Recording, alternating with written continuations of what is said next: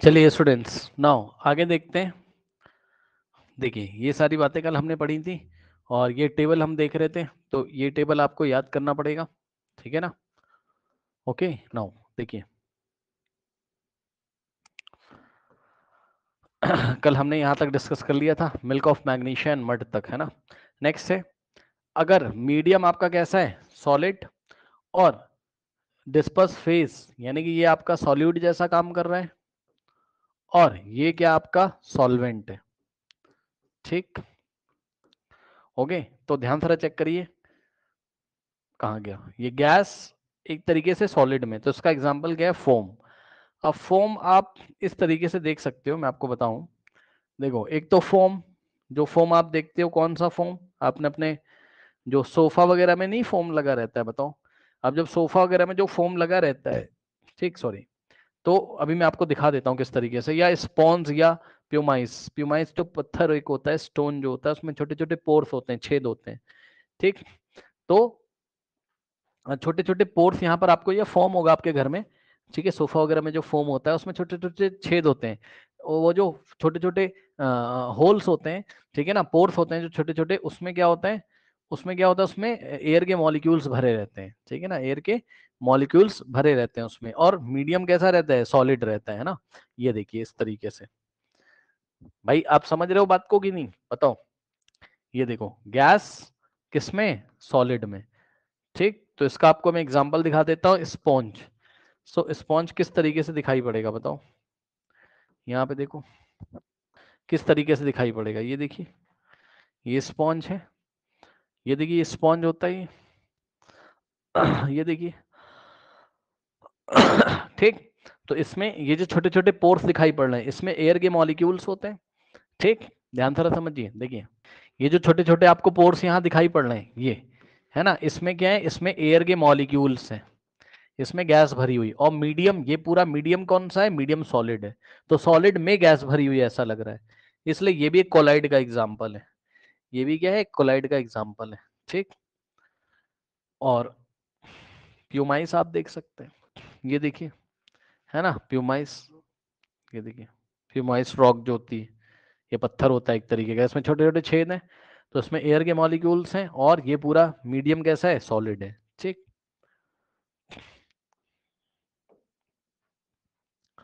सो ये आपका एग्जांपल है किसका, फोम का, ठीक। फोम नाम का कोलाइड होता है, या टाइप कोलाइड का क्या है, फोम। नेक्स्ट है लिक्विड, जब सॉलिड में होता है, लिक्विड जब सॉलिड में होता है, मीडियम पूरा सॉलिड है, उसमें थोड़ा सा लिक्विड है, इसका एग्जांपल है जेल। तो जो जेल होते हैं, जो भी जेल होते हैं, जैसे जेली आपने देखा, जेली जो आप खाते हो, है ना, ठीक। बटर, बटर हो गया, जेली, चीज, ये सब को ठीक से उठा के देखा जाए, तो ऐसा लगता है कि सॉलिड में क्या मिल गया हो, लिक्विड, ठीक। इसलिए जेली, चीज, बटर, ये सब आपको सेमी सॉलिड लगते हैं थोड़े से, कैसे लगते हैं, सेमी सॉलिड। फिर सॉलिड, सॉलिड में यानी कि मीडियम क्या है आपका, सॉलिड, और डिस्पर्स फेज भी क्या आपका, सॉलिड। तो इसका नाम क्या होता है, इस कोलाइड का नाम सॉलिड सॉल, ठीक है। जैसे कि कलर्ड जेमस्टोन जो होते हैं, या मिल्की ग्लास होता है, तो मिल्की जो ग्लास होता है वो किसका एग्जाम्पल है, या कलर्ड जेमस्टोन, सॉलिड का, सॉलिड में, सॉलिड सॉलिड में ही होता है। जैसे मिल्की ग्लास में आपको दिखाता हूँ, मिल्की ग्लास, है ना। अब ये तो बहुत अच्छा इन्होंने दिखाया नहीं है, मतलब, ठीक है, ये तो इन्होंने ऑब्जेक्ट्स बना के दिखाए हुए हैं ना सॉलिड सॉल, ये देखिए, ये मिल्की ग्लास है ना, ये ऐसा ग्लास आपने देखा होगा, ये इस तरीके से, ठीक। इसमें सॉलिड सॉलिड में ही होता है, कुछ सॉलिड के पार्टिकल्स होते होंगे सॉलिड के अंदर, जिसके कारण इसमें कलर आ जाता है, ऐसा मिल्की, है ना। नाउ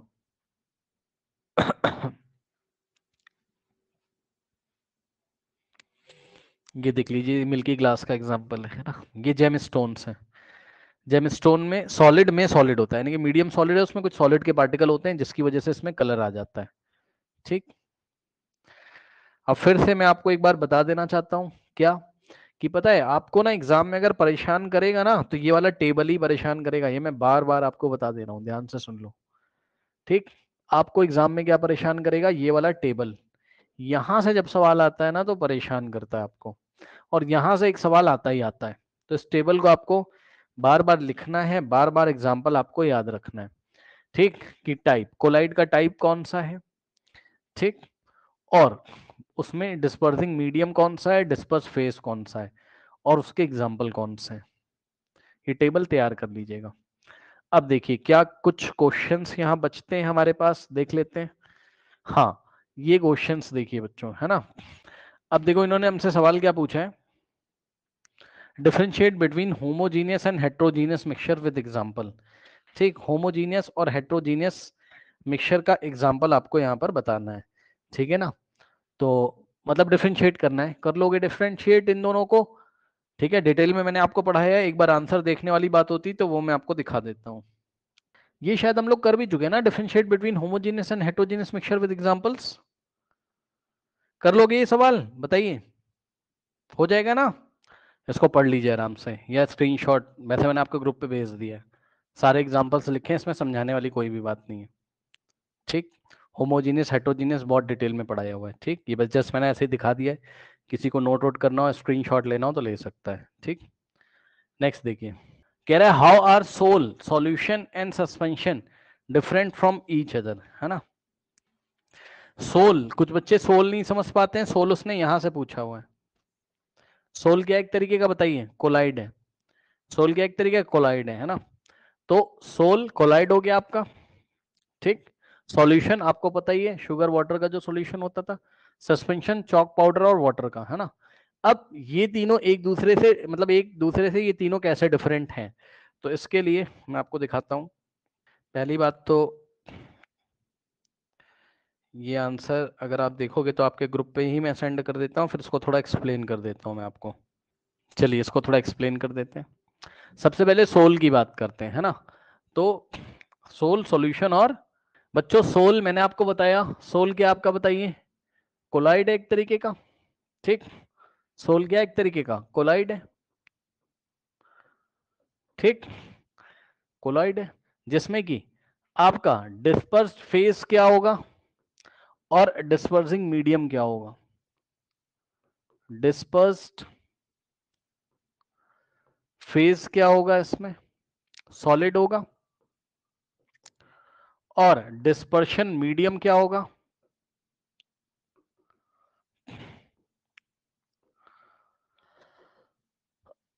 लिक्विड होगा,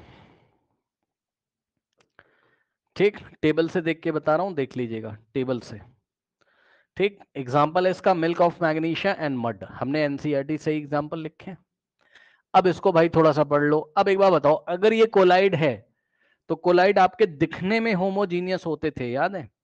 कोलाइड आपके दिखने में होमोजीनियस होते थे, लेकिन होते तो वो हेट्रोजीनियस थे, याद है।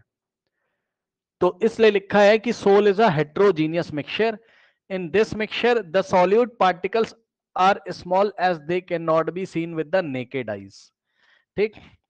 पार्टिकल इतने छोटे होते हैं जिसको हम नेकेड आईज से नहीं देख सकते हैं, ठीक। Also they seems to be spread uniformly throughout the mixture, ऐसा लगता है कि ये पूरे मिक्सचर में यूनिफॉर्मली डिस्ट्रीब्यूटेड है, ओके, जैसे कोलाइड में होता था, ठीक। The Tyndall effect is observed in this mixture, क्योंकि ये कोलाइड है तो इसमें आप टिंडल इफेक्ट देख सकते हो, इसमें आप टिंडल इफेक्ट देख सकते हो। थोड़ा सा मड लेके पानी में उसके साथ सॉल्यूशन बनाइए, थोड़ा मड, जब बरसात होती तो मड मिल जाएगा, कीचड़ थोड़ा सा, उसको लिया पानी में डाला, ऐसे सॉल्यूशन बनाया, उसमें टॉर्च मारोगे तो आपको टिंडल इफेक्ट देखने को मिलेगा, स्कैटरिंग ऑफ लाइट। थोड़ा सा मिल्क ऑफ मैग्नीशिया ले लीजिए, मिल्क ऑफ मैग्नीशिया बाजार में आता है, एंटा एसिड, किसी को एसिडिटी होती तो आप देखो आपके घर में भी रखा होगा एंटा एसिड, मिल्क ऑफ मैग्नीशिया, उसको लेके पानी में डाल के सॉल्यूशन बनाया, उसमें टॉर्च मारोगे आप, जैसे तुरंत टिंडल इफेक्ट दिखाएगा, कोलाइड है ना। उसके बाद बच्चों अब इसमें देखिए कोई समझाने की बात है नहीं, सॉल्यूशन आपको पता ही है क्या होता है, ये सुनो। सॉल्यूशन एक होमोजीनियस मिक्सचर होता है। In this mixture the solute particle dissolves and spread uniformly throughout the mixture. Tyndall effect नहीं देखने को मिलेगा आपको, the effect is not, Tyndall effect is not observed in this mixture. Homo है ना, homogeneous होता है ना, सॉल्यूशन में टिंडल इफेक्ट नहीं देखने को मिलेगा, ठीक। उसके बाद सॉल्यूशन आपका सॉल्ट इन वाटर हो सकता है, सॉलिड इन लिक्विड है, देखो सॉल्ट गया है सॉलिड, वाटर गया लिक्विड, सॉलिड इन लिक्विड, तो ये इसका फेज कैसा हो जाएगा, लिक्विड। फिर शुगर वाटर में तो ये भी लिक्विड फेज में हो जाएगा, आयोडीन अल्कोहल में ये भी लिक्विड में होगा, और एलॉय, एलॉय क्या होता था याद है, मेटल और मेटल का मिक्सचर होगा ये होमोजीनियस, या मेटल और नॉन मेटल का, याद है इसमें स्टील का एग्जांपल था और ब्रास का एग्जांपल था। किताब पढ़ा करिए, सारा डिटेल में पढ़ाया है, ठीक, बुक पढ़िए भाई ध्यान से, रिवाइज करिए बार बार। नाउ सस्पेंशन बच्चों आपको याद है, सस्पेंशन क्या होता था, हेट्रोजीनियस मिक्सचर होगा, इसमें सॉल्यूट के पार्टिकल कुछ ज्यादा ही बड़े होते थे, याद है, और मैंने आपको लास्ट क्लासेस में बताया भी हुआ है, अगर आपको याद हो, क्या मैंने आपको दिखाया था, ध्यान से चेक करिए बच्चों, ये इतना छोटा पार्टिकल अगर आपने दिखाया है सॉल्यूशन का, तो उससे थोड़ा सा बड़ा होगा किसका, कोलाइड का, ठीक, और सबसे बड़ा पार्टिकल किसका होगा यहां पर बताइए, सस्पेंशन का, याद है। तो ये हो गया आपका किसका, सॉल्यूशन का, उससे बड़ा पार्टिकल क्या होता है, कोलाइड का, और सबसे बड़ा पार्टिकल किसका होता है, सस्पेंशन का, ठीक। कोलाइड और सस्पेंशन लाइट को स्कैटर्ड कर देंगे, लेकिन सस्पेंशन केवल लाइट को तभी स्कैटर्ड करेगा जब सस्पेंशन है, अगर सस्पेंशन को थोड़ी देर के लिए छोड़ दोगे तो वो लाइट को स्कैटर्ड नहीं करेगा, क्योंकि पार्टिकल नीचे बैठ जाते हैं ग्रेविटी की वजह से, है ना, ठीक, याद है। तो ये बातें भी आप यहाँ वैसे तो लिखा हुआ है आपने, एक चीज आप और लिख सकते हो कि सॉल्यूशन स्टेबल होता है ना, सॉल्यूशन क्या है आपका, स्टेबल होता है। कोलाइड भी आपका, सॉल भी आपका, ये सुन लो भाई, ये सॉल बस, कोलाइड के बहुत सारे टाइप होते हैं ना, तो एक टाइप के बारे, सॉल के बारे में उसने पूछ लिया आपसे, और ये आधा अधूरा आंसर है, पूरा आंसर ये बात भी लिखनी है कि डिस्पर्स फेज क्या होता है और डिस्पर्शन मीडियम क्या होता है, ये नहीं लिखोगे तो मार्क्स 0 मिलेगा, सॉल के बारे में पूछा उसने तुमसे, ये आधा अधूरा नॉलेज है। उसके बाद ये स्टेबल होता है, सॉल भी तुम्हारा कैसा होता है, स्टेबल होता है, सॉल भी तुम्हारा कैसा होता है बोलो, सॉल भी कैसा होता है, स्टेबल होता है। और सस्पेंशन, सस्पेंशन भी कैसा होता है तुम्हारा, सस्पेंशन तुम्हारा अनस्टेबल होता है, दिखाई पड़ रहा है, दिखना तो चाहिए, अनस्टेबल होता है, ये बातें भी लिख दीजिएगा। अब इसका स्क्रीनशॉट ले लीजिए, ठीक। सस्पेंशन डिटेल में पढ़ा है, याद है, solid particle are visible to the naked eyes, the remain suspended throughout the bulk of the medium, है ना, पार्टिकल सस्पेंडेड रहते हैं, बल्क ऑफ द मीडियम पूरे मीडियम में फैले रहते हैं, और छोड़ दोगे थोड़ी देर के लिए तो बैठ जाएंगे नीचे, याद है सारी कहानी। एग्जाम्पल दे सकते हो, चॉक पाउडर, है ना, वेट फ्लोर एंड वाटर। इसका स्क्रीनशॉट ले लीजिए, स्क्रीनशॉट ले लीजिए, इसमें थोड़ा मॉडिफिकेशन करके तब आपको आंसर बताना है भाई, ध्यान रखिएगा, समझ रहे हो बात को, ये आधा अधूरा आंसर है, मॉडिफाई वर्जन में स्क्रीनशॉट ले लीजिए, मॉडिफाइड वर्जन में आंसर दोगे आप। इसके बाद नेक्स्ट देखिए बच्चों, अगला सवाल हम लेते हैं क्वेश्चन नंबर 3, है ना। अब देखो बच्चों, ये सवाल उसने आपसे पूछा, क्या क्वेश्चन कहता है बताइए, कह रहा है to make a saturated solution, उसको सैचुरेटेड सॉल्यूशन बनाना है ना। सो यहां पर उसने क्या किया, 36 ग्राम ऑफ सोडियम क्लोराइड ले लिया और डिसॉल्व किया किसमें, डिसॉल्व किया बच्चों 100 ग्राम ऑफ वाटर में एट 293 केल्विन। याद है बच्चों, मैंने आपको बताया था क्या, कि टेम्परेचर हम क्या करते हैं, फिक्स कर लेते हैं, याद है, टेम्परेचर देखो फिक्स कर लिया कि नहीं कर लिया बताइए। सैचुरेटेड सॉल्यूशन, जब भी आप सैचुरेटेड सॉल्यूशन की बात कर रहे हो तो एक फिक्स टेम्परेचर पे बात करोगे, क्योंकि अगर आपने टेम्परेचर चेंज कर दिया तो सॉल्युबिलिटी चेंज हो जाएगी ना, ठीक, याद है। तो इसने टेम्परेचर फिक्स कर दिया। अब अगर आपको याद हो, बस ऐसे ही आपकी नॉलेज के लिए मैं पूछ रहा हूं आपसे कि 293 केल्विन में कितने डिग्री सेल्सियस होते हैं, ये मैं अपनी तरफ से पूछ रहा हूं, बताओ मुझे, 293 केल्विन में कितने डिग्री सेल्सियस होते हैं, कितने डिग्री सेल्सियस, चैप्टर नंबर 1 में पढ़ाया है, क्या करना पड़ेगा बताओ, इसमें कुछ ऐड करना पड़ेगा या माइनस करना पड़ेगा, बताइए, बताइए स्टूडेंट्स, क्या करना पड़ेगा जल्दी से। केल्विन को डिग्री सेल्सियस में कैसे चेंज करते हैं, चैप्टर नंबर 1 में पढ़ा, यस यस, बताइए बताइए बताइए बताइए। 273.15 से sir minus. Very good very good very good, 273.15 minus करेंगे, very good very good very good, ठीक। तो और मैंने आपको बताया था राउंड ऑफ करके आप कितना, राउंड ऑफ करके आप 273 माइनस करते हो, याद है बच्चों? तो हम क्या करेंगे, 293 में से हमने क्या किया, 273 माइनस कर दिया, कितना आ जाएगा, 20 डिग्री सेल्सियस। तो इस तरीके से 293 केल्विन लिखा हुआ है या 20 डिग्री सेल्सियस लिखा हुआ है, बात क्या है, सेम है। बात क्या है, सेम है। बस इतना ही बताना चाहता था मैं कि इन्होंने बच्चों टेम्परेचर फिक्स कर लिया है 20 डिग्री सेल्सियस, टेंशन कोई है नहीं। ठीक, चलो अब आप आ जाओ सवाल पे। सो बच्चों यहां पर ध्यान से चेक करिए, सॉल्यूट क्या है आपका, सॉल्यूट क्या है, सोडियम क्लोराइड, सही है ना? तो मास ऑफ सोडियम क्लोराइड कितना है यहाँ, मास ऑफ सॉल्यूट लिख देता हूं मैं, है ना, मास ऑफ सॉल्यूट लिख देता हूं मैं। और सॉल्यूट की जगह क्या है बच्चों, सोडियम क्लोराइड, जो नमक होता है उसी की तो बात कर रहा है ना, सोडियम क्लोराइड, सही है। तो इसने बच्चों ये बताइए कि नमक कितना लिया, यानी कि सोडियम क्लोराइड कितना लिया, NaCl। आपकी नॉलेज के लिए 36 ग्राम, आपकी नॉलेज के लिए याद दिला दूं कि सोडियम क्लोराइड का बच्चों मॉलिक्यूलर फॉर्मूला क्या होता है आपका, या केमिकल फॉर्मूला क्या होता है यहाँ पे सोडियम क्लोराइड का, NaCl होता है। This is dissolved in 100 gram of water. Okay, now students, ये जो वाटर है पूरी क्लास को पता है, मेरे ख्याल से सभी बच्चों को पता होगा कि ये सॉल्वेंट है, सही बात है कि नहीं, बताइए, आप पीछे से पढ़ के आ रहे हो। तो सॉल्वेंट कौन है यहाँ, वाटर है। सॉल्वेंट कौन है यहाँ पर, बताइए, वाटर है। ठीक, कितना है बच्चों, बोलो, 100 ग्राम वाटर है, यस और नो? वाटर कितना है आपका, 100 ग्राम, जो कि सॉल्वेंट है। अब मुझे बताओ, फाइंड द कॉन्सेंट्रेशन। आप मुझे बताओ कि कौन सी कॉन्सेंट्रेशन निकालोगे आप, मास बाय मास निकालोगे, मास बाय वॉल्यूम निकालोगे, कि वॉल्यूम बाय वॉल्यूम निकालोगे, बताओ कौन सी कॉन्सेंट्रेशन निकालेंगे यहाँ पर। इस डेटा को देखते हुए कौन सी निकालोगे, जल्दी से बताओ, मास बाय मास, कि मास बाय वॉल्यूम, कि वॉल्यूम बाय वॉल्यूम, क्या निकालोगे, जल्दी से बताइए, बोलो बोलो बोलो। Mass. Mass by mass, very good, क्योंकि दिख रहा है सॉल्यूट का भी मास लिया है, सॉल्वेंट का भी मास लिया हुआ है, तो मास बाय मास ही बनेगा। लेकिन उससे पहले हमें एक काम कर लेना चाहिए बच्चों, क्या, ध्यान से चेक करो बच्चों, क्या आप मास ऑफ सॉल्यूशन नहीं निकाल लोगे, है ना? याद है टोटल सॉल्यूशन किससे किससे मिलके बना हुआ है, सॉल्यूट और सॉल्वेंट से, दोनों के मास को ऐड कर दीजिए तो क्या आ जाएगा, मास ऑफ सॉल्यूशन, यानी कि 36 ग्राम और प्लस 100 ग्राम, सही है। तो यहां से आ जाएगा बच्चों ऐड करके 136 ग्राम, कोई दिक्कत की बात नहीं होनी चाहिए। अब बात मास बाय सॉरी अब आप क्या करोगे, मास बाय मास परसेंटेज का बच्चों यहां फॉर्मूला लगा दीजिए।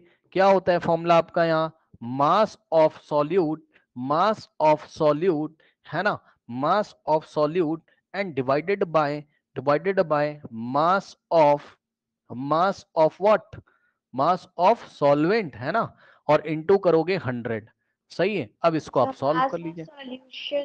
ओहो, आई एम वेरी सॉरी, देख रहे हो डेली गलती कर देते हैं क्या, दिमाग में पता है, जेई का क्लास चलता है ना, दिमाग में मोलालिटी चलती क्लास 11th वाला वो चल रहा है ना आजकल केमिस्ट्री, वो पैरेलल में चलता रहता है मोलालिटी वाला।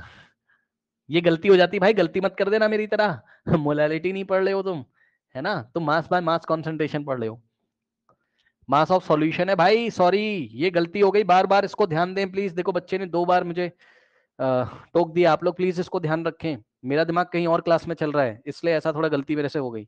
ठीक, नाउ क्योंकि मोलालिटी निकालोगे तो यहाँ ये वो भी एक कॉन्सेंट्रेशन होता है, तो यहाँ हम सॉल्वेंट रखते हैं, वो सब नहीं करना भी आपको।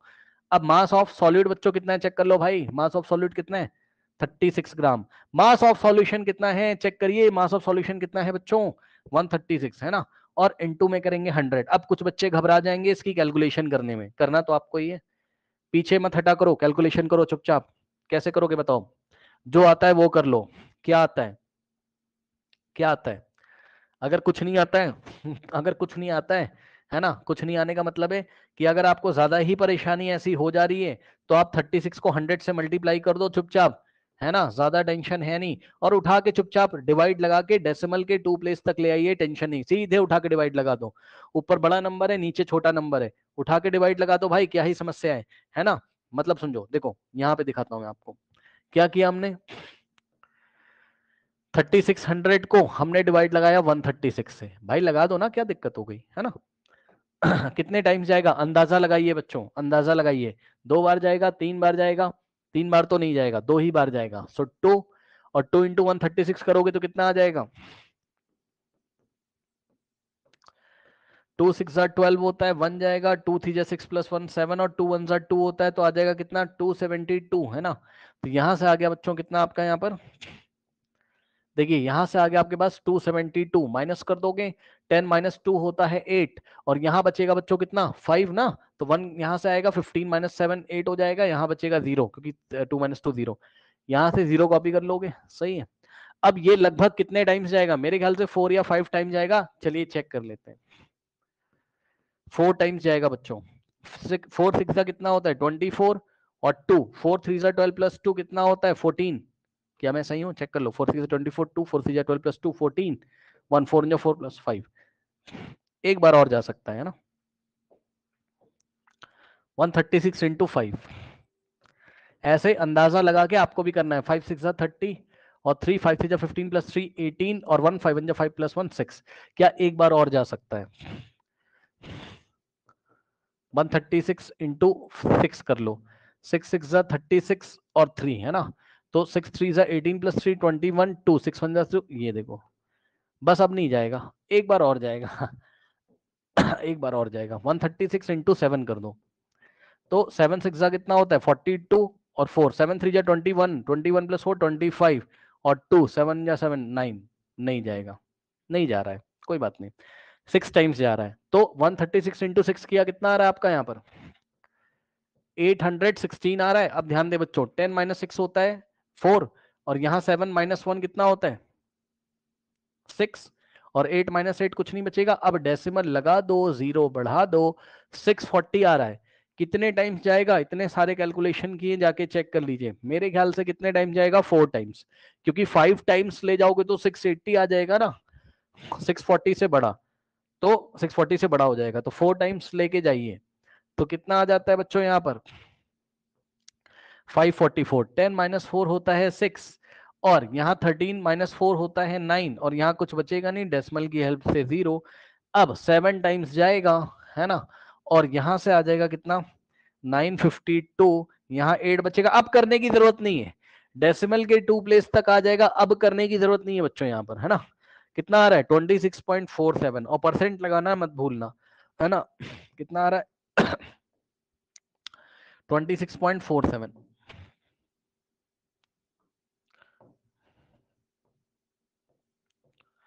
ठीक। राउंड ऑफ कर, ऐसे ही छोड़ दो तब भी फुल मार्क्स मिलेंगे, और राउंड ऑफ कर देना तब भी फुल मार्क्स मिलेंगे। यानी कि लास्ट वाला जो नंबर है 7, वो अगर 5 या 5 से बड़ा हो तो आगे एक ऐड कर देना। ये 7 5 से बड़ा है, चेक कर लो। 7 इज ग्रेटर देन 5, तो हम क्या करेंगे, इसके जो उससे पहले नंबर डिजिट आ रही है 4, उसमें 1 ऐड कर देंगे, तो 26.5% आ गया।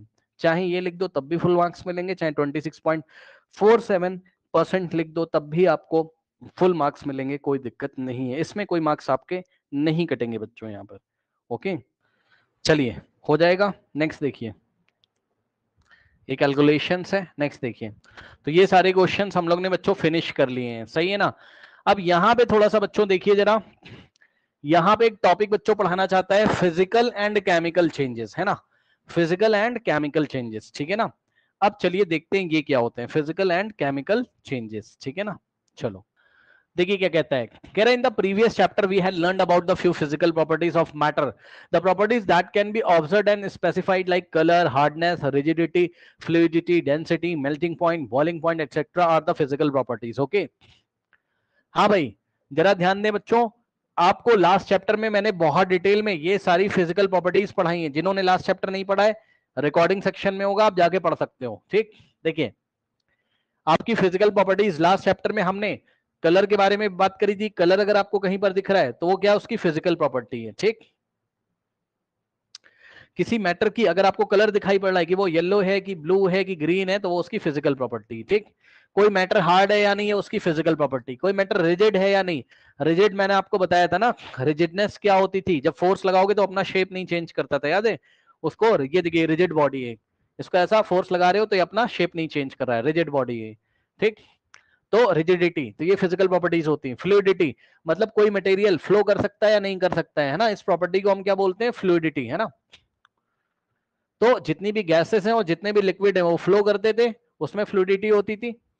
उसके बाद डेंसिटी, डेंसिटी मैंने बहुत डिटेल में पढ़ाया हुआ है, प्लीज जाके पीछे पढ़ें जिनको नहीं पता है। मास पर यूनिट वॉल्यूम, डेंसिटी क्या होता था, मास पर यूनिट वॉल्यूम होता था, याद है। उसके बाद मेल्टिंग पॉइंट भी डिटेल में पढ़ाया है, बॉइलिंग पॉइंट भी, ये सारी फिजिकल प्रॉपर्टीज हैं। Now the inter conversion of states in a physical changes because these changes occur without a change in composition and no change in the chemical nature of the substance. Although ice, water and water vapors all look different and displays different physical properties, display different physical property, but they are chemically same. देखिए बच्चों, बहुत अच्छी बात इन्होंने कर दी, कह रहा अगर तुम इंटर कन्वर्जन करोगे स्टेट्स का, ठीक, मतलब आइए एक एग्जांपल की हेल्प से समझते हैं।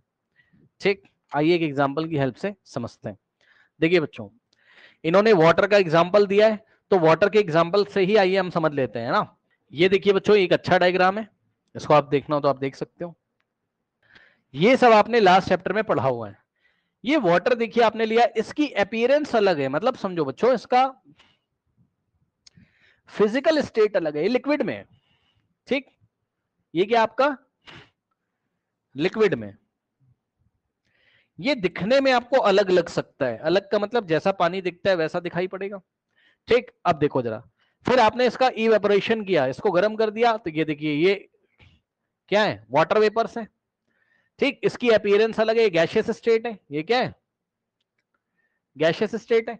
फिर आपने इसको क्या किया, और अगर आपने इसको क्या किया, ध्यान से चेक करिए, आप इसको इसको मत देखो, आप इसको मत देखो, आप बस इतना देखो, यहाँ ये देखो आइस है, ये कैसे फॉर्म में, सॉलिड फॉर्म में, कैसे फॉर्म में, सॉलिड फॉर्म में।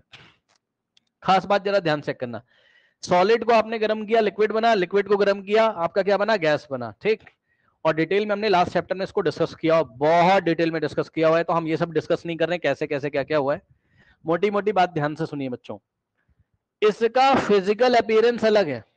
भाई आप इसको टच कर रहे हो, सॉलिड है, आप इसको टच कर रहे हो, लिक्विड है, आप इसको टच कर रहे हो, गैस है। ये देखिए यहां पर भी वाटर के मॉलिक्यूल्स हैं, यहां देखिए रूम में भी वाटर के मॉलिक्यूल्स हैं, आंखों से नहीं दिखाई पड़ रहे लेकिन हैं तो ना, यहाँ वाटर के मॉलिक्यूल्स हैं तो, ठीक। और ग्लास में देखिए वाटर रखा है लिक्विड स्टेट में। आइस आप ले आओ, आइस वाटर का सॉलिड फॉर्म है, ये बात आपको पता है बहुत अच्छी तरीके से। खास बात ध्यान से सुनिए, इसके फिजिकल अपीयरेंस अलग है, अलग अलग तरीके से आपको आंखों से दिख रहा है, फील आपको अलग अलग आ रहा है। लेकिन अगर हम ध्यान से चेक करें तो अब इतना मैंने आपको स्टार्टिंग से पढ़ा है, ये बताओ भाई, अगर मैं आइस को जाके पूछूं कि बताओ भाई, आइस के क्रिस्टल को अगर मैं पूछूं, क्रिस्टल है वो well defined structure in the 3 dimensional space, अगर मैं इस आइस से पूछूं कि भैया ये बताओ तुम कौन से पार्टिकल से मिलके बने हुए हो, तो तुरंत बोलेगा बोलेगा भैया वाटर के मॉलिक्यूल से मिलके बना हुआ हूं। ध्यान से सुन लो, ये वाटर के मॉलिक्यूल से ही तो मिलके बना है, ये सब वाटर के मॉलिक्यूल हैं। और ध्यान से सुनिए बच्चों, क्या आपको वाटर के मॉलिक्यूल का फॉर्मूला नहीं पता है सर? क्या आपको वाटर के मॉलिक्यूल का फॉर्मूला नहीं पता है? H2O होता है सर, H2O होता है। और ये वाटर का मॉलिक्यूल कैसे बनता था, याद करिए बच्चों, चैप्टर के स्टार्टिंग में बताया था, 2 हाइड्रोजन के एटम और 1 ऑक्सीजन का एटम केमिकली कंबाइन करेंगे, केमिकली कंबाइन करेंगे, केमिकली कंबाइन करेंगे। केमिकली कंबाइन करने का मतलब है इनके बीच में कुछ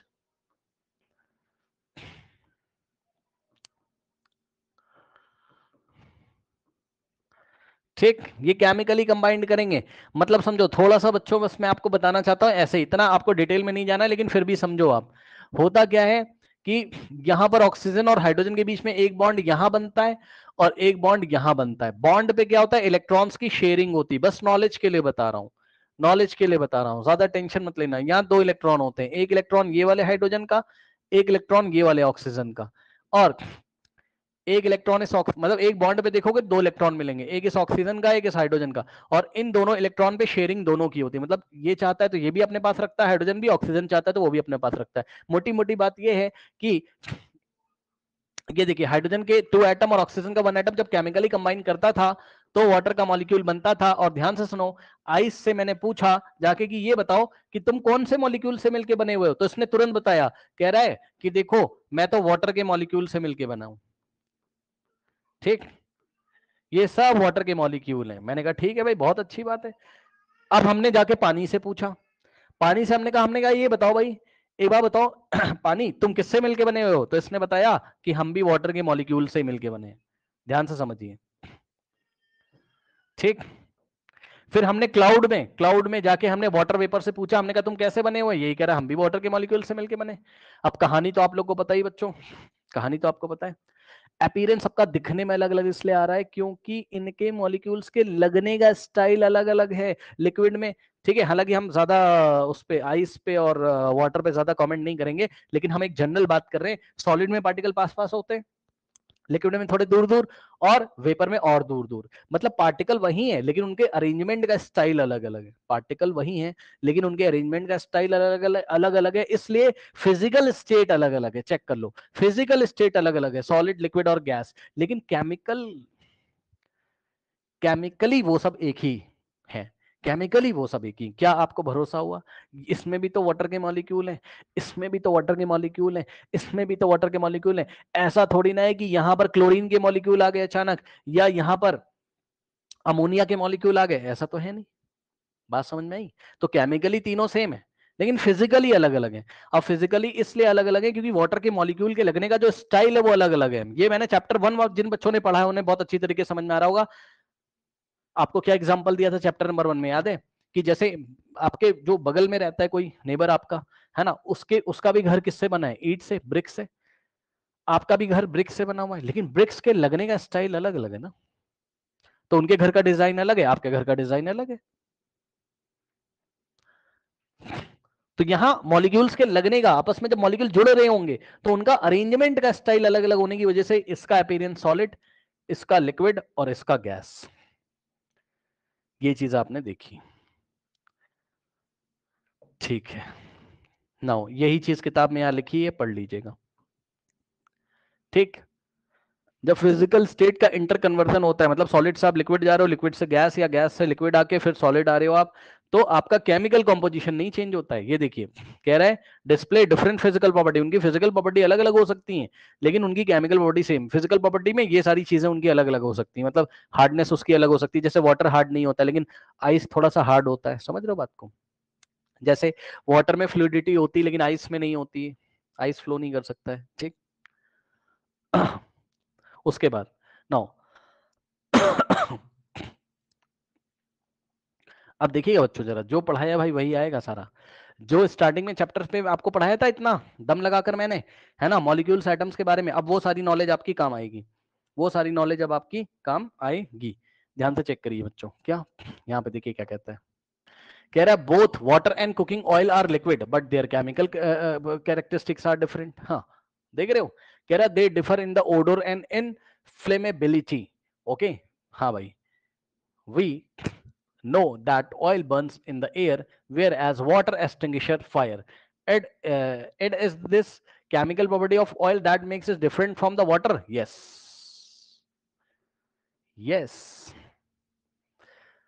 ओके, यस। अब आइए ऑयल और वाटर को डिस्कस करते हैं। किसको? ऑयल और वाटर को। ओके, सो ध्यान से चेक करिए। चलिए डिस्कस कर लेते हैं फटाफट ऑयल और वाटर को, है ना। अब देखिए बच्चों, और एग्जांपल उसने क्या दिया, अगर तुम ऑयल ले लो, एक तरफ ऑयल, अरे भाई कुकिंग ऑयल घर में होगा तुम्हारा, कुकिंग ऑयल, हाँ, जिससे खाना बनाते हो। बच्चों खास बात देखिएगा जरा, इसका भी फिजिकल स्टेट कैसा है? लिक्विड है, ऑयल भी लिक्विड है, और वाटर का भी फिजिकल स्टेट कैसा है?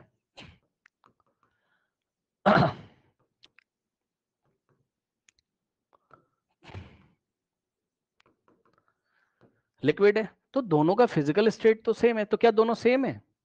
क्या दोनों सेम है? ना ना ना ना। अब वाटर में जाके पूछो उससे, ये पानी है, ये पानी का सैंपल लिया, पानी से पूछा कि भैया पानी, ये बताओ कि तुम किससे मिलके बने हुए हो, तुरंत बताएगा क्या कि ये वाटर का मॉलिक्यूल है, ये भी वाटर का मॉलिक्यूल है। ऐसे बहुत सारे वाटर के मॉलिक्यूल हैं। यस सर, इसका केमिकल कॉम्पोजिशन कुछ ऐसा है कि ये ऐसे मॉलिक्यूल से बना हुआ है जिन मॉलिक्यूल्स में ऐसी हालत है, मतलब 2 हाइड्रोजन के एटम है और 1 ऑक्सीजन का एटम है। यहां पर आओ, ऑयल लिया, कुकिंग ऑयल, ठीक, इससे पूछा भाई तुम कैसे मिलके बने हुए, कह रहा है मैं तो ऑर्गेनिक कंपाउंड के मॉलिक्यूल से मिलके बना हुआ हूं। एक एग्जांपल मैं आपको दे देता हूं, याद नहीं करना है सर, समझना है बस, ठीक। ये मिलके बना हुआ है किससे, CnH2n से। इनके मॉलिक्यूल CnH2n टाइप के होंगे, ठीक। अब आप ज्यादा टेंशन मत लेना, बस आप समझ लो इसमें ऐसे मॉलिक्यूल से मिलके बना है जिसके मॉलिक्यूल में कार्बन और हाइड्रोजन होता है, बस। ये N2N ये सब छोड़ो, आप इसको मत देखो। आप इनके मॉलिक्यूल्स थोड़े अलग टाइप के होते हैं, ठीक।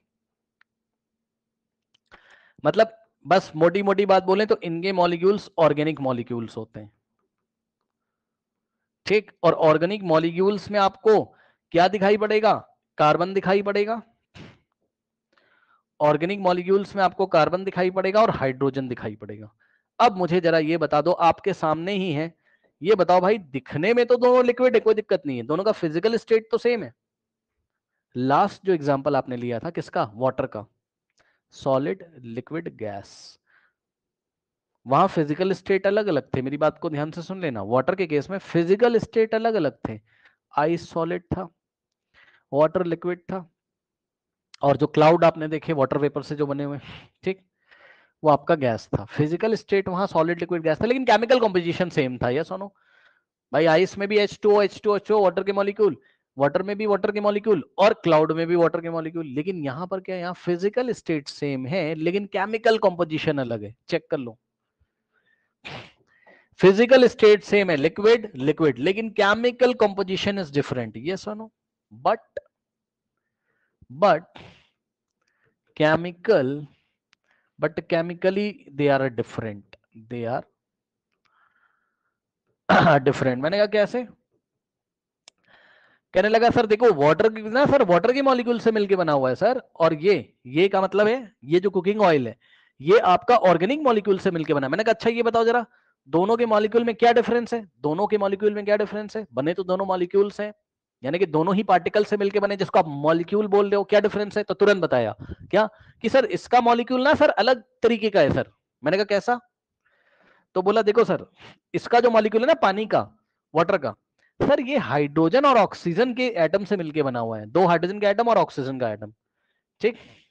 मतलब अगर हम एलिमेंट्स की बात करें कि कौन से टाइप के एलिमेंट से मिलके बना है, तो हाइड्रोजन एंड ऑक्सीजन से। लेकिन इसका मॉलिक्यूल सर इसका मॉलिक्यूल ना सर कुकिंग ऑयल का molecule sir hydrogen and carbon से मिलके बना है सर।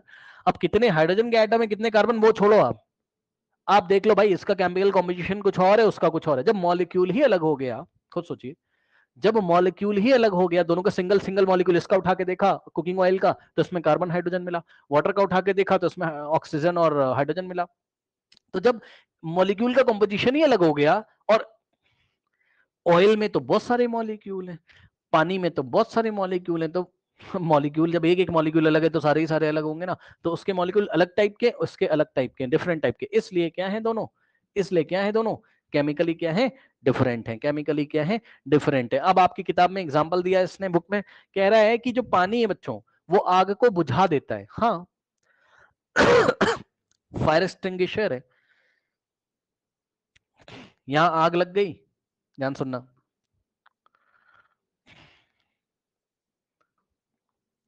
ध्यान से समझिएगा।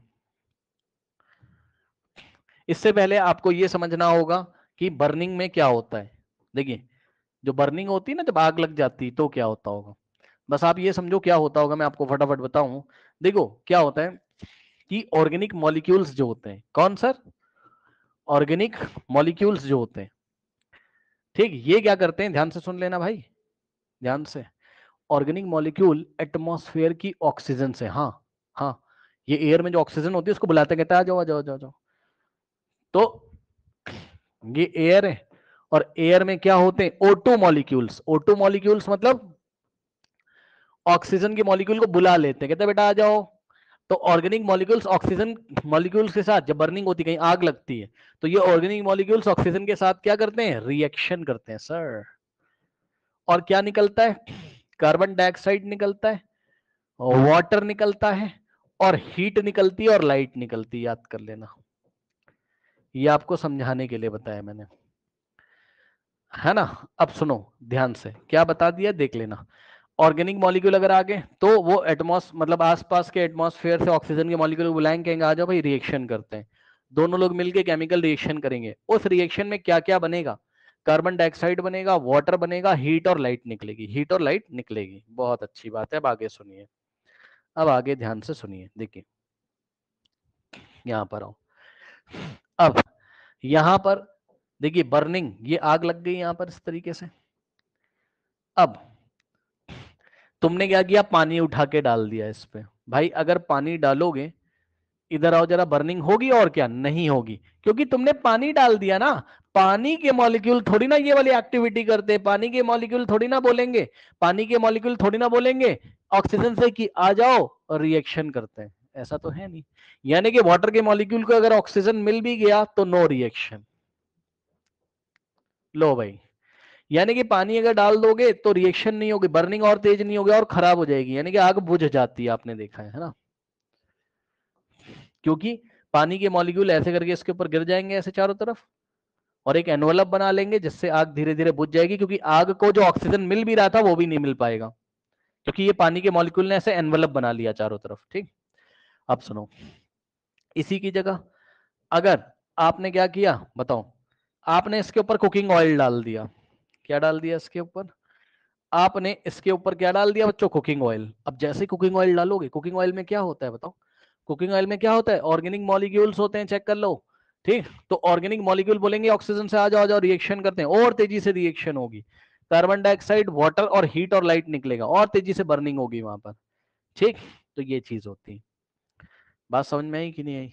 इसलिए आपकी बुक में क्या लिखा हुआ है कि कुकिंग ऑयल का नेचर कैसा है? इनफ्लेमेबल है, मींस और तेजी से बर्निंग को सपोर्ट करता है। वाटर बर्निंग को सपोर्ट नहीं करेगा, है ना। बात समझ में आई कि नहीं आई? रीजन मैंने आपको बता दिया है, क्योंकि दोनों का केमिकल कॉम्पोजिशन अलग है, दोनों के मॉलिक्यूल अलग है, इसलिए बिहेवियर अलग है। फिजिकल स्टेट सेम, लेकिन केमिकली अलग अलग तरीके से बिहेव कर रहे हैं। ठीक है, बहुत अच्छी बात है। नाउ ये बात मैंने आपकी बुक में जो लिखी थी मैंने बताई आपको। ठीक, उसके बाद अब देखो, अब देखिए बच्चों, क्या मैंने आपको यही पढ़ाया जो इसने पढ़ाया? क्या मैंने आपको यही पढ़ाया जो इसने पढ़ाया? यहाँ आप अपनी बुक में पढ़ लो, जो मैंने अभी पढ़ाया वही लिखा हुआ है यहाँ पे, देखिए देखो,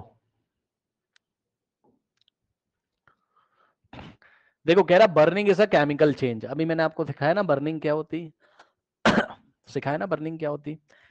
क्या होती? ऑर्गेनिक मॉलिक्यूल ऑक्सीजन के साथ रिएक्शन करेंगे, कार्बन डाइऑक्साइड बनेगा, वाटर बनेगा, हीट और लाइट बनेगी, यही कह रहे हैं। कह रहा बर्निंग एक केमिकल प्रोसेस होता है, केमिकल चेंज होता है। ड्यूरिंग दिस, जब बर्निंग होती है तो क्या होता है? One substance reacts with another undergo a change in a chemical composition. एक सब्सटेंस दूसरे के साथ रिएक्ट करता है और क्या होता है बताइए? केमिकल कॉम्पोजिशन चेंज हो जाता है। ठीक, केमिकल कॉम्पोजिशन चेंज हो जाता है। एक छोटा सा मैं आपको बर्निंग का एग्जांपल दे देता हूं, देख लेते हैं और क्या लिख रहे हैं। Chemical change brings change in the chemical properties of the matter and we get a new substance. ठीक है, आपको न्यू सब्सटेंस मिलेगा, उसकी केमिकल प्रॉपर्टीज में चेंज हो जाएगा। मैं आपको एक बेस्ट एग्जांपल दे देता हूं। Chemical change is also called chemical reaction. ठीक है, जो भी केमिकल चेंज होगा उसको हम केमिकल रिएक्शन भी कहते हैं। अब कह रहा है during burning of a candle both physical and chemical changes takes place, can you distinguish these? सुन लो मेरी बात को ध्यान से, देखो पहले आपको मैं एक एग्जांपल देता हूं बर्निंग का, रियल एग्जांपल। सुनो, बर्निंग ये था आपका। अब मैंने ऑर्गेनिक मॉलिक्यूल की जगह मीथेन सेलेक्ट किया। CH4 का नाम क्या है? मीथेन। ये मीथेन गैस होती है। ये भी ऑर्गेनिक मॉलिक्यूल है, चेक कर लो, कार्बन और हाइड्रोजन से मिलकर बना हुआ है। क्यों भाई? CH4 क्या है? मीथेन का मॉलिक्यूल है। ये ऑक्सीजन के साथ रिएक्शन करेगा और क्या बनाएगा? CO2 प्लस H2O और प्लस क्या निकलेगी बोलिए? Heat plus light. यही चीज आपकी किताब में लिखी हुई बताइए। उसने क्या बोला? बर्निंग में क्या होता है? एक सब्सटेंस दूसरे से रिएक्ट करता है। ये रहा एक सब्सटेंस, ये रहा दूसरा सब्सटेंस, रिएक्शन किया, कुछ नया बन जाएगा। तो लो, बन तो गया नया, कार्बन डाइऑक्साइड, वाटर, साथ में हीट और लाइट भी निकलेगी, ये भी याद रखिएगा। ये आपका रियल एग्जांपल है। अब सुनो, बर्निंग ऑफ कैंडल को देखिए, ध्यान से सुनिए। बर्निंग ऑफ कैंडल को देखिए जल्दी से। बर्निंग ऑफ कैंडल, बच्चों ध्यान से सुनिए, देखिए जब भी एग्जाम में क्वेश्चन आएगा कि बर्निंग ऑफ कैंडल में फिजिकल चेंज होता है या केमिकल, दोनों होते हैं, दोनों होते हैं, बोथ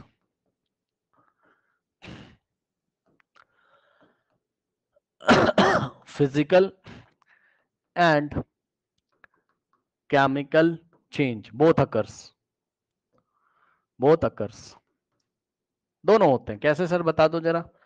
बच्चों कैंडल आपने देखी, ये आपकी कैंडल है और ये इसका विक है, विक का मतलब जो उसमें ऐसे करके एक धागा निकला रहता है, फिर आप इसमें मैच स्टिक से आग जलाते हो, तो होता क्या जरा समझिएगा। सबसे पहले बर्निंग किसकी होती है, इस विक की, सबसे पहले विक में आग लग जाती है, समझना जरा भाई। कैंडल की जो बॉडी है वो पैराफिन वैक्स से बनी रहती है, किससे सर, ये जो मोम जिसको आप मोम बोलते हो, ये क्या है, पैराफिन वैक्स नाम है इसका, पैराफिन वैक्स। अरे मोम नहीं जानते हो यार, मोमबत्ती का मोम, हाँ मोमबत्ती का मोम जो पिघलता है, मेल्ट करता है, उसकी बात कर, पैराफिन वैक्स। ये क्या होता है सर, ये सर ऑर्गेनिक मॉलिक्यूल्स होते हैं सर, ये क्या होते हैं सर, ये सब क्या है, पैराफिन वैक्स किससे मिलके बना होता है, ऑर्गेनिक मॉलिक्यूल से। ध्यान से समझना, सबसे पहले तुमने विक में आग लगाई तो बर्निंग किसकी हो रही होगी, विक की। अरे जो कप उसमें धागा लगा है भाई, कैंडल नहीं देखी यार तुमने, उसमें धागा लगा रहता है, तो धागा जलेगा ना पहले यार, धागे में भी ऑर्गेनिक मॉलिक्यूल है, यस सर, ठीक। तो पहले तो विक जलती है सबसे पहले, ये देखिए विक जल रही है। अब जब आग लगती टेम्परेचर बढ़ेगा यहाँ का कि नहीं, जल्दी बताओ भाई, आसपास का टेम्परेचर बढ़ेगा यार, तुम हाथ लगा के देखो तुम्हें गर्म लगेगा। अब जैसे ही टेम्परेचर बढ़ता है, बहुत ध्यान से सुनना, तो ये वाली जो पैराफिन की बॉडी है यहाँ पर, मतलब जो पैराफिन वैक्स है, ये मेल्ट करेगा कि नहीं बताओ। अरे इतने तो पढ़े लिखे हो यार, चैप्टर नंबर 1 में पढ़ाया था आपको, क्या बताओ, कि अगर आप हीट करोगे वैक्स को तो पार्टिकल्स वैक्स के मॉलिक्यूल दूर दूर जाएंगे, उनका काइनेटिक एनर्जी बढ़ेगा, याद है, पुराने बच्चों को बताइए क्यों भाई। जब आप इसको गर्म कर रहे हो, गर्म करने का मतलब आप इसको हीट एनर्जी सप्लाई कर रहे हो, तो भाई इन मॉलिक्यूल्स की एनर्जी बढ़ेगी ना पैराफिन की, इन मॉलिक्यूल्स की जब एनर्जी बढ़ेगी तो दूर दूर भागेंगे, और दूर दूर भागेंगे तो मेल्ट होके किस में आ जाएगा, लिक्विड में, यस और नो, जल्दी से बताइए। तो पहले पहले पैराफिन कैसा था बच्चों, पहले पैराफिन कैसा था, सॉलिड, मतलब पैराफिन का मतलब वैक्स की बात कर रहा हूं, पहले वैक्स सॉलिड था, अब वैक्स की जब मेल्टिंग हो गई, क्योंकि टेम्परेचर बढ़ रहा है, तो ये लिक्विड में आ गया कि नहीं आ गया, बताइए, वैक्स लिक्विड मिल गया कि नहीं मिल गया, बोलो बोलो। आपने वैक्स लिक्विड भी देखा होगा जब मोमबत्ती पिघलती है, तो ये कौन सा चेंज है, बोलो, ये कौन सा चेंज हुआ, फिजिकल हुआ कि नहीं हुआ, जल्दी बताओ। हाँ, अब क्या होता है, अब ध्यान से सुन लेना क्या होता है, अभी टेम्परेचर और बढ़ेगा, अभी क्या होगा, टेम्परेचर और बढ़ेगा, और जब टेम्परेचर और बढ़ेगा तो आपने पीछे पढ़ा है लास्ट क्लासेस में कि जब टेम्परेचर और बढ़ेगा तो अब ये मॉलिक्यूल्स जो कि किसमें आ गए, वैक्स के मॉलिक्यूल, पहले सॉलिड में थे, काइनेटिक एनर्जी बढ़ जाएगी तो लिक्विड में आ जाएंगे, और गर्म करोगे यानी कि और हीट वहां पर मिल रही है उसको, तो लिक्विड से किसमें चले जाएंगे, गैस में, यस और नो भाई, एनर्जी और बढ़ जाएगी ना, तो अब वैक्स के मॉलिक्यूल गैस में, और जैसे ही गैस गैस में बन जाते हैं वो, तो उसकी काइनेटिक एनर्जी बहुत ज्यादा हो जाती है, क्योंकि बहुत ज्यादा हीट मिल गई है, सारी की सारी हीट वो कन्वर्ट करेगा काइनेटिक एनर्जी में, लास्ट चैप्टर में पढ़ाया हुआ है, ठीक। तो जैसे ही ये लिक्विड पार्टिकल की एनर्जी बढ़ती, उड़ जाएंगे हवा में ऐसे, अब ये यहां आ गए भाई, उड़ जाने का मतलब क्या है, काइनेटिक एनर्जी बढ़ेगी तो भाग जाएगा ना ऊपर। अब जब यहां पे भाग गया ये इस तरीके से, अब बताओ क्या करेगा ये, अब तो फ्री हो गया भाई, अब वैक्स का मॉलिक्यूल फ्री हो गया, अब बोलेगा ये, और ये मॉलिक्यूल है कौन, ऑर्गेनिक मॉलिक्यूल, अब ये बोलेगा किससे, ये देखो, ये एक ऑक्सीजन का मॉलिक्यूल यहां बैठा हुआ है, ये देखो, मान लो ये ऑक्सीजन है O2, ये बोलेगा वैक्स का मॉलिक्यूल आ जाओ भाई, अब रिएक्शन होगी, तो यहां इस विक के आसपास अब एक केमिकल रिएक्शन होगी, यानी कि अब ये ऑर्गेनिक मॉलिक्यूल जो कि गैशियस स्टेट में है, जो कि गैशियस स्टेट में है, वो क्या करेगा, ऑक्सीजन के साथ रिएक्शन करेगा, कौन कौन सी गैस देगा, CO2 देगा, वाटर वेपर्स बनेंगे, साथ में क्या निकलेगी, हीट और लाइट, बस वही हीट और लाइट आपको मिलती है। तो पहले तो प्रोसेस समझ में आया, पहले ये धागा जल रहा था, इसकी बर्निंग हो रही थी। अब धागा तो कम जलता है क्योंकि यहां से यहां तक कैंडल में धागा पड़ा रहता है, इस तरीके से धागा कम जलता है आपका। ठीक, जलता कौन है? वैक्स। और वैक्स के जलने का प्रोसेस मैंने आपको दिखा दिया कि पहले जब धागा जलेगा टेम्परेचर बढ़ेगा तो ये मेल्ट होगा, मेल्ट होके फिर इसको और हीट मिलेगी तो इसके मॉलिक्यूल गैसियस स्टेट में जब यहां आ जाएंगे एटमॉस्फेयर में, तो वो क्या करते हैं, वो ऑक्सीजन के साथ क्या करते हैं, ऑक्सीजन मॉलिक्यूल्स को बुला बुला के उनके साथ रिएक्शन करते हैं और रिएक्शन करके हीट और लाइट बनती। तो अब बताओ कैंडल में क्या हो रहा है, बताओ। कैंडल में फिजिकल फिजिकल चेंज भी हो रहा है, बर्निंग ऑफ कैंडल में फिजिकल चेंज भी हो रहा है, और ये रही इसकी केमिकल चेंज वाली रिएक्शन। तो कैंडल में दोनों चेंजेस होते हैं, फिजिकल चेंज और केमिकल चेंज। बताइए कोई डाउट है? यस और नो, जल्दी बताइए, कोई डाउट है? इस बात को फिर देख के आइएगा, क्या बात मैंने आपसे करी है लास्ट वाली, वेरी इंपॉर्टेंट था भाई। सुनो, स्टार लगा लेना, ये तो एग्जाम में जरूर आएगा कि बर्निंग ऑफ कैंडल कैसा है, फिजिकल चेंज है या केमिकल चेंज है या दोनों है, एक्सप्लेन करो कैसे दोनों है, ये बात आपको समझानी पड़ेगी। कोई डाउट है बताइए, जाइए, अब हम नेक्स्ट क्लास में करेंगे, जाइए।